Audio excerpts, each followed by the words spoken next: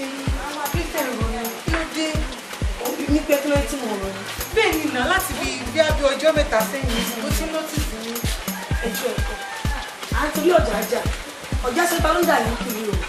Torí báwo lè ṣe ń torí mi jà sí kówé tẹ̀ ń pa kò lè yí. Kò lè yí ẹ̀. Ọlá pé mi ò sọ fún ẹ láti almost 4 days mo ti wà nínú àwẹ̀ àdé ọ̀túnla ló máa parí. Kí ló parẹ́ rẹ̀? Ẹ máa parẹ́ rẹ̀. Èmi ò kọ́ yín ni. Èmi ò kọ́ yín ni. Ẹgbà mi, ẹ̀wọ́n ní ṣe ní ìdí. Oya ibo ló wà dà bó ṣe kúló ibo ló dà bó yẹn mọ̀ tó dà. Ṣé mo look nice? Look nice ibo ló dà. Ibo ló ń lọ ibo tí mi ẹ lè máa calm down mo lọ sí bẹ́ẹ̀jọ ẹ̀mí ṣe bẹ́ẹ̀ tí mo sọ fún yín náà. Ìyẹn kò step out. Ẹ má bàa mi tọ́jà mi. Ẹ má bàa mi tọ́jà. Ó di ọ̀túnla tó jáde. Torí kí ni? Kò ní wọ́n wọlé jọ. Ọ̀dẹ̀ mo bẹ́ẹ̀ mo láìpẹ́ wọlé jọ láìpẹ́ jẹun sílẹ̀ mọ́. Ṣàwọlé orí òpó náà jẹ etí òun ọ̀pọ̀. Ọlọ́wọ́ ṣàánú. Ẹlẹ́dàá máa mi ṣàánú mi. Àjú méjì lọ. Lọ́wọ́ máa mi àní bàbá àní ìyá. Ètò ìdẹ̀ tí wọ́n á yọ sí wa tó ní wa kẹ́ ó ń gbà mí ṣógun eléyìí ni mo fẹ́ gbẹ̀rẹ̀.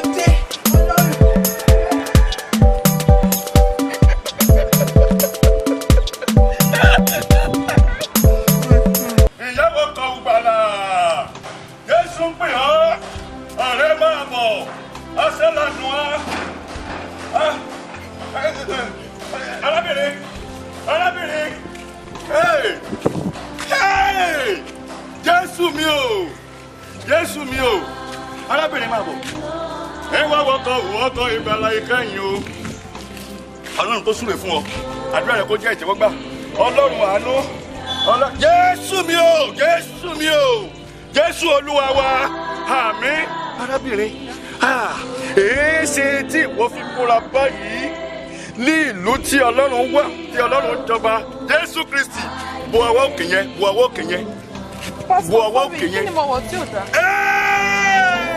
Jésù mi o àní kò wo àwa òkè yẹn tí ẹ wo àwa òkè yẹn nìkan fi ọwọ́ tẹ̀sẹ̀ sílẹ̀ ẹ pẹ̀lẹ́ ọmọ Ọlọ́run nìyí Ọlọ́run fẹ́ lò yín dídé Jésù ti súnmọ́ tí a rí gbogbo àwọn ata iyọ̀ àti wòdòwòdò tí ó wà ní ara yín ẹ ò gbúdọ̀ máa ṣí síta fún gbogbo ènìyàn káyé máa rí bàbá oníbúrẹ́dì ń wò yín everybody ń wò yín ẹ torí Ọlọ́run ẹ má bà ayé yìí jẹ́ ẹ má bà ayé yìí jẹ́ ẹ má spoil ayé yìí Sátánì ti dé Sátánì mo calm down Sátánì ti dé.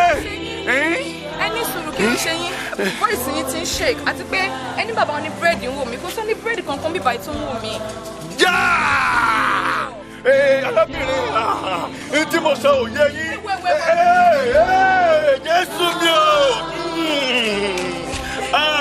Ọlọ́run Elédùmarè ṣàánú ayé o ṣàánú ayé kí ló dé má gbọ́ àlàpàtó kí ló dé kí ló ní ọ farabalẹ̀ ogun ayé kan ò ní le kó kọjá ogun Ọlọ́run farabalẹ̀ kí ló ní ọ. ó kúrú báyìí ó kúrú aṣọ pupa ó dàbí àlùjọ ní ìtẹ̀lẹ̀ sọ.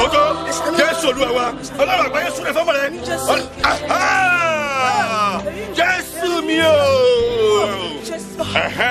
ó ti yé mi ó arábìnrin ìránṣẹ́ Ọlọ́run lè wọ náà ẹni àmì òróró Ọlọ́run ni ọ́ gẹ́gẹ́ bí a ti fi ń wọ̀n mí nísìn Ọlọ́run ní òní ìgboyà tó òní ìgboyà tó lẹ́yìn ìgboyà gbogbo ogun tó ń lé ọ pátápátá á dẹ̀yìn lẹ́yìn rẹ̀ bí ọkọ̀ ti ń jẹ́ ti Ọlọ́run tí ọba ti ní ìgboyà dúró tiiri gbogbo ogun tó lè dé ọkùn Ọlọ́run àṣẹ ogun Ọlọ́run àtà agbó Ọlọ́run àtà ìgboyà ní kò ní Jésù Olúwa wa. Ó yẹ lórúkọ Jésù Kristi Násárẹ́tì èrí màlẹ́kọ̀ orí ẹ̀ sọ̀kalẹ̀ orí ẹrú mi ní agbára ẹ̀mí mẹ́ gbé mi wọ̀ ẹ̀ sọ àwọn mi di àṣẹ ẹ̀ sọ àyíká ìdí àṣẹ ẹ̀ wọ́n ẹrú àyíká ìdí agbára ẹ̀ fi lọ́rọ̀ àyíká ìdí agbára. Ó yẹ pé yóò pọ́n wọn àjòjì ẹ̀mí wọn yóò fi ìbẹ̀rù wọ́jọ́ sẹ́yìn kó ló fi jẹ́ra wọn ní orúkọ Jésù. ẹ̀mí àjòjì ó yá máa gbiná sọnù máa jẹun tàbí irun ẹbí ìwé ẹ̀mí jújú ó yá ní orúkọ Jésù ó yá máa gbiná sọnù odi Jẹ́ríkò wólulẹ̀ odi jẹ́ nínú ayé mi ó yá wólulẹ̀ ní orúkọ Jésù ó yá wólulẹ̀ ó yá wólulẹ̀ ó yá wólulẹ̀ ó yá